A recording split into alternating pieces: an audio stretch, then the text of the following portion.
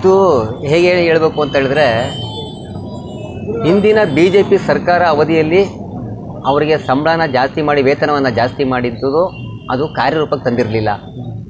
ಅದ ನಂತರ ಕಾಂಗ್ರೆಸ್ ಸರ್ಕಾರ ಬಂತು. ಅವ್ರಿಗೂ ಮತ್ತು ಒಂದಕ್ಕೆ 2 ಸಾರಿ ಇವರು ಅವರಿಗೆ ಮನವಿ ಸಲ್ಲಿಸಿದಾಗಲೂ ಕೂಡ ಸರ್ಕಾರ ಇದುವರೆಗೂ ಯಾವುದೇ ರೀತಿ ಅವರು ಸ್ಪಂದಿಸ್ತಿಲ್ಲ.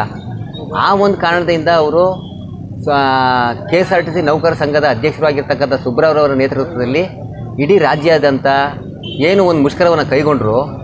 ಅದಕ್ಕೆ ಮಾನ್ಯ ನಮ್ಮ ನ್ಯಾಯಾಲಯ, ಹೈಕೋರ್ಟ್ ನ್ಯಾಯಾಲಯವು ಕೂಡ ಅದಕ್ಕೆ ತಡೆಯಾಜ್ಞೆ ನೀಡಿ 2 ದಿನ ಮುಂದೂಡುವಂತೆ ಅವರಿಗೆ ಒಂದು ತಾಕೀತನ್ನು ಮಾಡ್ತು. ಆ ತಾಕೀತಿನ ಅನುಸಾರ ಇವರು ನಿನ್ನೆ ಅಂದರೆ ದಿನಾಂಕ 5ನೇ ತಾರೀಕು ಮಧ್ಯಾಹ್ನದ ನಂತರ ಅದನ್ನು ತನ್ನ ಒಂದು ಮುಷ್ಕರವನ್ನು ಕೈಬಿಟ್ರು.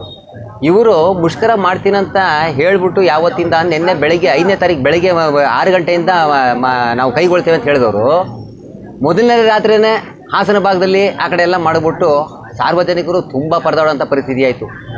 ಅದೇ ರೀತಿ ಮೈಸೂರಲ್ಲೂ ಕೂಡ ಒಬ್ಬೊಬ್ಬರು ಕೂಡ ಹಲವಾರು ರೀತಿಯಲ್ಲಿ ಪರದಾಟ ಮಾಡಿದ್ರು ಕೂಡ.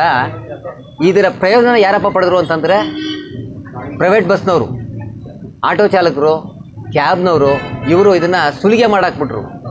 ಒಬ್ಬೊಬ್ಬರಿಗೆ ಸಾಧಾರಣವಾಗಿ ಒಂದು ಮೈಸೂರಿಂದ ಬೆಂಗಳೂರಿಗೆ ಏನಿದೆ ಅಂದರೆ 1ಕ್ಕೆ 3 ದುಪ್ಪಟ್ಟು ಹಣನ ಸಾರ್ವಜನಿಕರು ವೆಚ್ಚ ಮಾಡಬೇಕಾಯಿತು. ಇದ್ರ ಬಗ್ಗೆ ಮೊದಲು ಹೇಳಬೇಕು ಅಂತಂದರೆ ಫಸ್ಟು ಸರ್ಕಾರ ಇವರ ಒಂದು ಕೋರಿಕೆನ ನೆರವೇರಿಸೋಕ್ಕಾಗದ ಮೇಲೆ ಒಂದು ಮತಗಳಿಕೆಗೋಸ್ಕರ ಸುಮ್ಮನೆ ಸಾರ್ವಜನಿಕರಿಗೆ ಈ ರೀತಿ ಪುಕ್ಕಟ್ಟೆ ಪ್ರಚಾರನ ಕೊಡೋದಕ್ಕೋಸ್ಕರ ಅವರು ಬಸ್ ಫ್ರೀ ಅದಂತ ಕೊಟ್ಬಿಟ್ಟು ಇವತ್ತುವರೆಗೂ ಕೂಡ ಅವ್ರಿಗೂ ಸ್ಪಂದಿಸ್ತಾರೆ. ಅವರು ತಾನೇ ನಮ್ಮ ಥರನೇ ಇಂಟಿ ಮಕ್ಕಳು ಅಂತಾರಲ್ವೇ. ಅದರಿಂದ ಮಾನ್ಯ ಸರ್ಕಾರ ದಯವಿಟ್ಟು ಇದನ್ನು ಗಣನೆಗೆ ತಗೊಂಡು ಇನ್ನು 2 ದಿನದ ನಂತರ ಮತ್ತೆ ಅವರು ಮುಷ್ಕರನ ಕೈಗೊಳ್ಳೋದಂಥ ಒಂದು ಸಂಭವ ಇರೋದ್ರಿಂದ ಅದ್ರ ಒಳಗಡೆ ಅವರ ಕೋರಿಕೆನ ಏನಿದೆ ಕುಂತು ಮಾತಾಡಿ ಸಾರ್ವಜನಿಕರಿಗೆ ಆದಷ್ಟು ಕೂಡ ತೊಂದರೆ ಆಗದ ರೀತಿಯಲ್ಲಿ ಸ್ಪಂದಿಸಬೇಕು ಅಂತ ಈ ಸಂದರ್ಭದಲ್ಲಿ ನಾನು ಕೇಳ್ಕೊತೀನಿ ಸರ್.